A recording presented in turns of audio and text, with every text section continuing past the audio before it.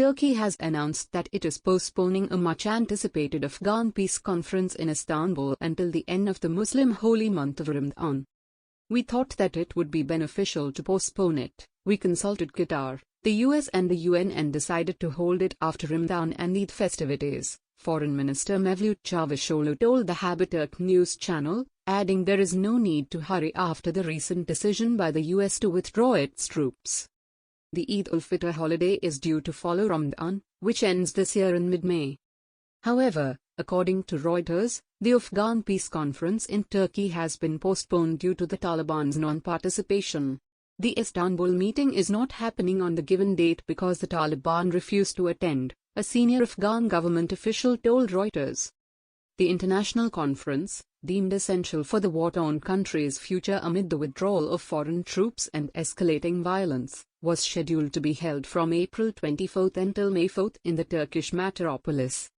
The conference would be meaningless without the Taliban joining.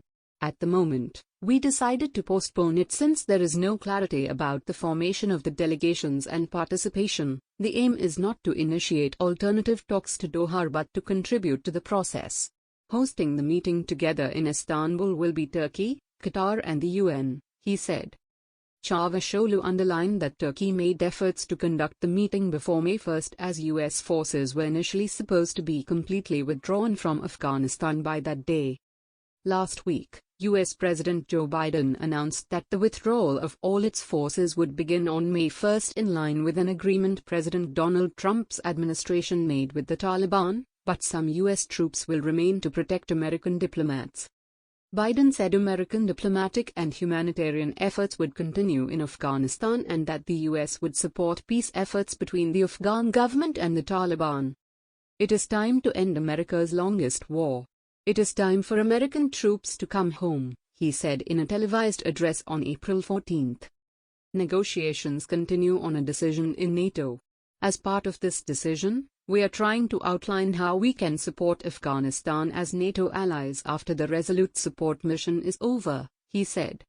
In his announcement of the withdrawal plan from Afghanistan, Biden said Washington would ask regional countries to do more to support Afghanistan, especially Pakistan, as well as Russia, China, India, and Turkey.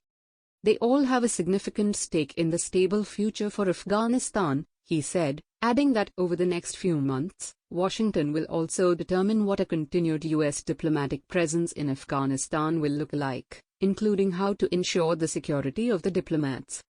In line with Biden's announcement, all American troops will depart from Afghanistan by September 11, the 20th anniversary of terrorist attacks in the US, noting that the Taliban and the state should agree on a permanent ceasefire and determine a political roadmap to avoid a new mission in the country. Çavuşoğlu recalled that intra-Afghan negotiations in Doha have been initiated for that purpose and thanked Qatar for its contributions.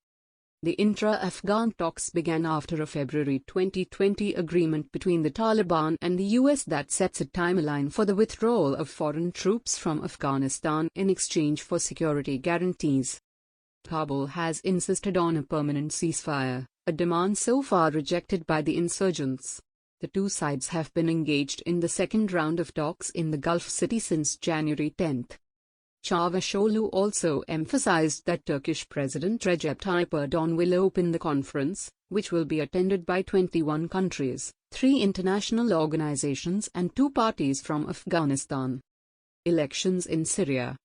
Speaking on the Syrian regime's presidential election, Çavuşoğlu said the election conducted on its own would not be legitimate, adding nobody would recognize it. Pointing out that the Syrian regime does not want a political solution, he said that it should realize that there will be no military solution and that it should attach importance to the political process.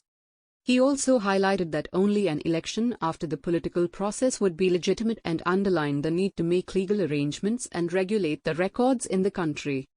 Supporting an illegitimate election contradicts our principles, he added. Syria has been ravaged by civil war since early 2011, when the Bashar al-Assad regime cracked down on pro-democracy protesters. According to UN estimates, hundreds of thousands of people have been killed and more than 10 million displaced. Turkey-Egypt relations.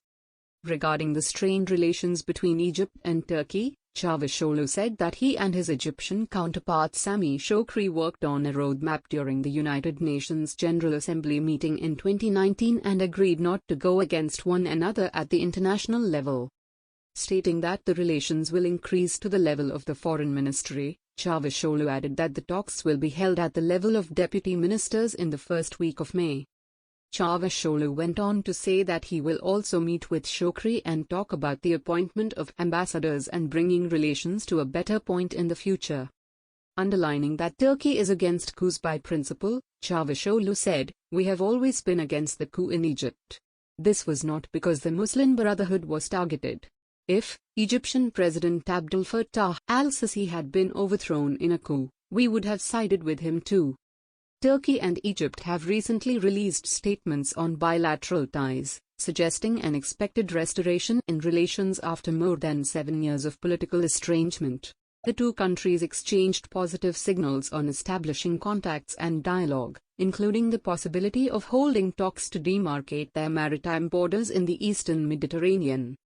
Responding to a question on Turkey's relations with Israel, Çavuşoğlu said, "If there is a change in the policy of the new government of Israel, we'll evaluate it. If we were to appoint an ambassador to Israel, we would say that openly.